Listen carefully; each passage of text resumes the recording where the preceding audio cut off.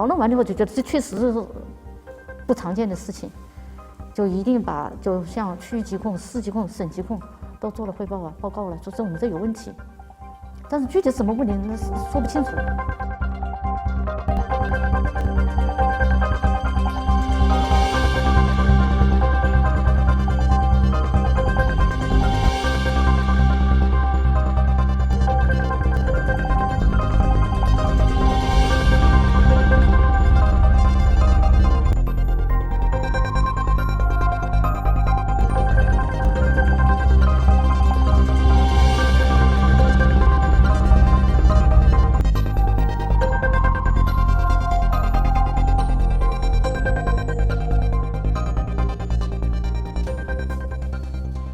The speed with which China detected the outbreak, isolated the virus, sequenced the genome, and shared it with WHO and the world are very impressive and beyond words.